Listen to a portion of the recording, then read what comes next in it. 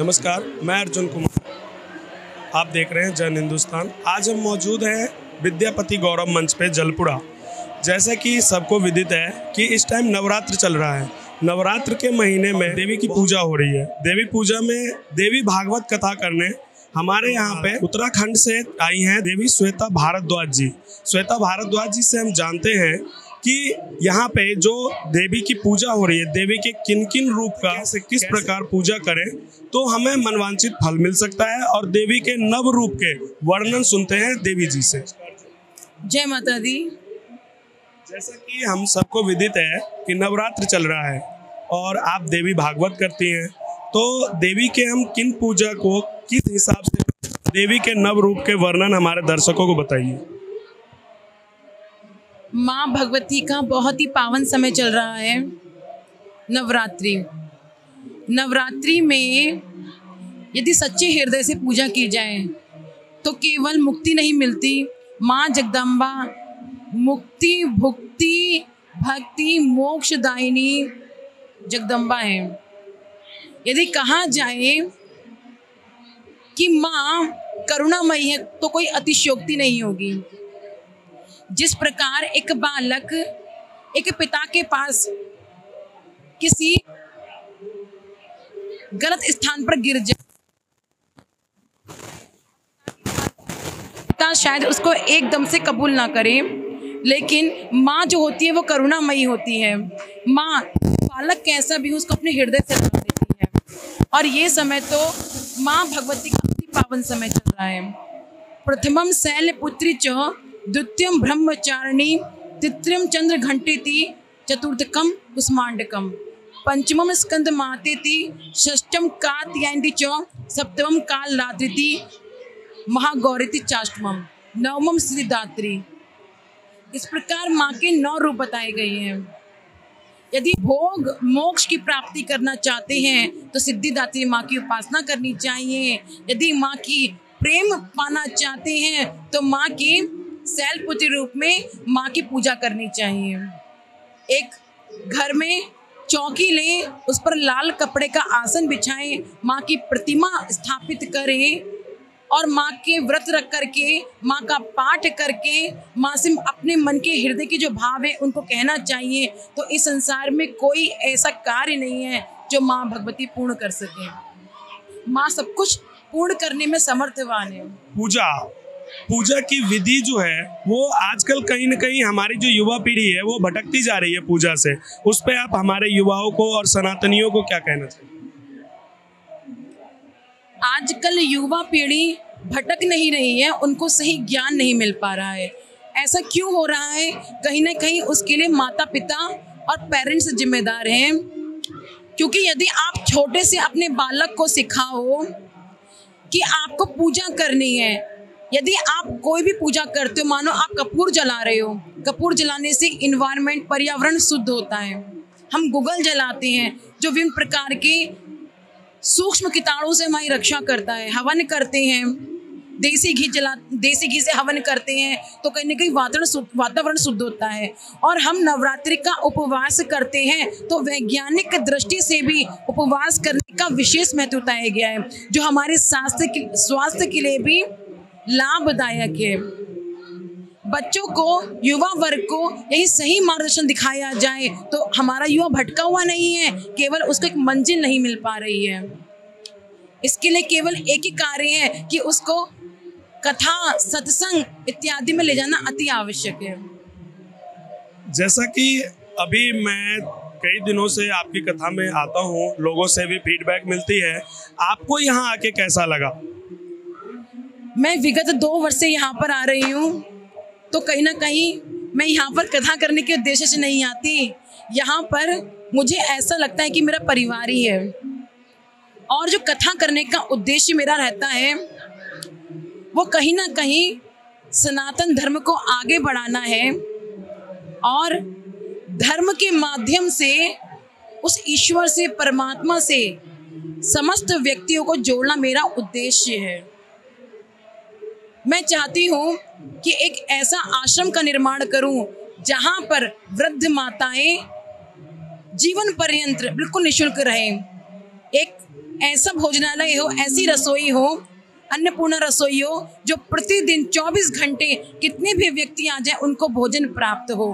तो कहीं ना कहीं मेरा उद्देश्य सनातन धर्म को आगे बढ़ाना है, सेवा भाव को आगे बढ़ाना है और जन जन की सेवा करना है। मैं स्वयं को एक छोटी सी बालिका समझ करके, माँ की बालिका समझ करके आप सभी की सेवा में हमेशा तत्पर रहना चाहती हूँ। कोई अपना एक श्लोक जो आप कहना चाह रही हो लोगों से, या भगवान का कोई श्लोक हो, कोई ज्ञान हो जो देना चाह रही हो, वो हमारे दर्शकों को बताएं।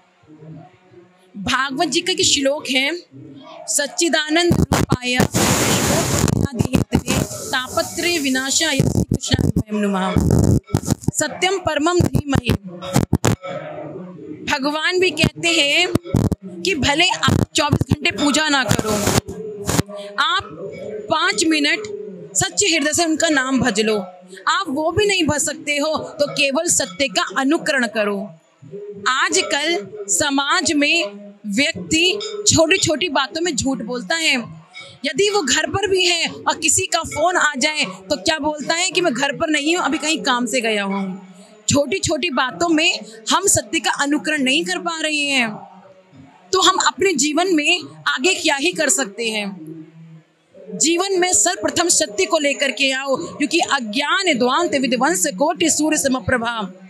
भगवान भी कहते हैं यदि अज्ञान को दूर करना है तो उसको दूर करने के लिए हमें गुरु की शरण लेनी पड़ती है, और गुरु की शरण में आने के पश्चात हमारे हृदय का अंधकार दूर होता है, और जब अंधकार दूर होता है तो हमको परम पद परमात्मा की प्राप्ति होती है। हमारा हृदय निश्चल होता है, हमारे अंदर सेवा भाव आता है, और यही सेवा भाव लेकर के आपकी बेटियां जन जन तक धर्म का प्रचार प्रसार कर रही है। और मैं सभी से यही अनुग्रह करूंगी कि सभी इस कार्य में, इस सेवा भाव में मेरा बढ़ चढ़ के सहयोग करें।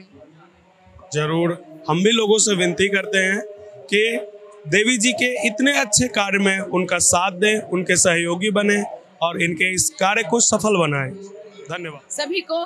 जय माता दी, जय जय श्री राधे। देवी जी, एक छोटी सी अनुरोध है मेरी कि कल जब मैं यहाँ आया था तो भागवत कथा में आप एक गीत गा रही थी भगवान की, श्री कृष्ण जी के भजन था वो, कि गोकुल में रहेंगे ओ मोहना। आप इस पे 2 लाइन प्लीज दर्शकों को हमारे ये गाना सुनाएं।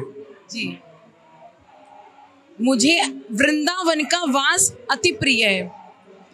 मैं चाहती हूँ कि यदि आप जीवन पर्यंत कहीं भी रहो, लेकिन मृत्यु वृंदावन में होनी चाहिए।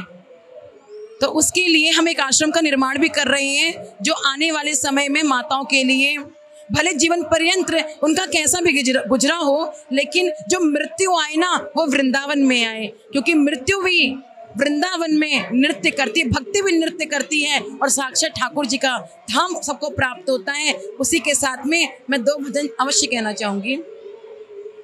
हो चलो ब्रज में रहेंगे ओ मोहना, तेरे संग में रहेंगे ओ मोहना, ओ मोहना, ओ सोहना, चलो ब्रज में रहेंगे ओ मोहना।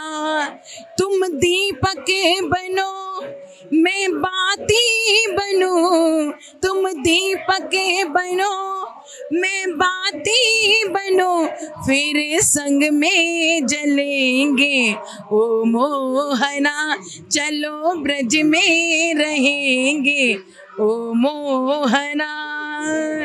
जय जय। से तो बहुत सारी जानकारियां ली, माता से लेके उपदेश तक, और उन्होंने लास्ट में जो भजन सुनाया उससे दिल प्रफुल्ल हो गया। देवी जी के साथ में जो बैठे हैं वो महंत जी भी हैं और देवी जी के पिताजी भी हैं। तो आइए हम इनसे कुछ जानकारी लेते हैं कि ये क्या कहना चाहते हैं, यहाँ आए हैं ये इतनी दूर से, इन्हें कैसा लगा। नमस्कार भैया, नमस्कार। आप जलपुरा आए हैं विद्यापति गौरव मंच पे, यहाँ पे देवी भागवत कथा हो रहा है, आपको यहाँ आके कैसा लगा? अति सुंदर लगा, अच्छा व्यवहार हुआ, कुशल पात्र हैं और सभी लोग भगवान के प्रेमी हैं। जिस प्रकार से हमारे देश में अर्थ में 3 नवरात्र होते हैं, एक नव संवत्सर में होता है, एक गुप्त नवरात्रा होता है रात्रि में, और एक जो है मृगशरण इस महीने में असोज में होता है। नव संवत्सर का जो नवरात्रा है उसको हमारा हिंदुस्तान बहुत शुद्ध मानता है, और असोज का जो है पितृपक्ष का है जी, उजाला पक्ष, ये मध्यम है। गुप्त नवरात्रों की जो पूजा होती है वो बहुत श्रेष्ठ होती है। अपनी अपनी विधि से सब लोग भगवान को, माता को मनाते हैं, प्रसन्न करते हैं। इसमें जितनी शक्ति है उसी के अनुसार भजनों के द्वारा, कथा के द्वारा, यज्ञ के द्वारा, वृत्त के द्वारा, स्वतंत्र के द्वारा अनेक प्रकार से अपना ज्ञान का प्रदर्शन करते हैं। इसमें जितनी विद्या है उसी के अनुसार। और मैं अभी इन्हीं शब्दों के साथ कहना चाहता हूँ कि भक्तों को माँ आशीर्वाद दे, अपना दर्शन दे और भक्तों की मनोकामना पूर्ण करे। कोई भी शिकायत माँ के ऊपर न रहे। इसलिए इन शब्दों के साथ मैं आपको सूक्ष्म में ज्ञान देना चाहता हूँ। धन्यवाद आपकी मुझसे पूछने के लिए, आपकी वार्ता के लिए। मैं आपको भी शुभ पात्र मान करके और आशीर्वाद देता हूँ। आयुष्मान।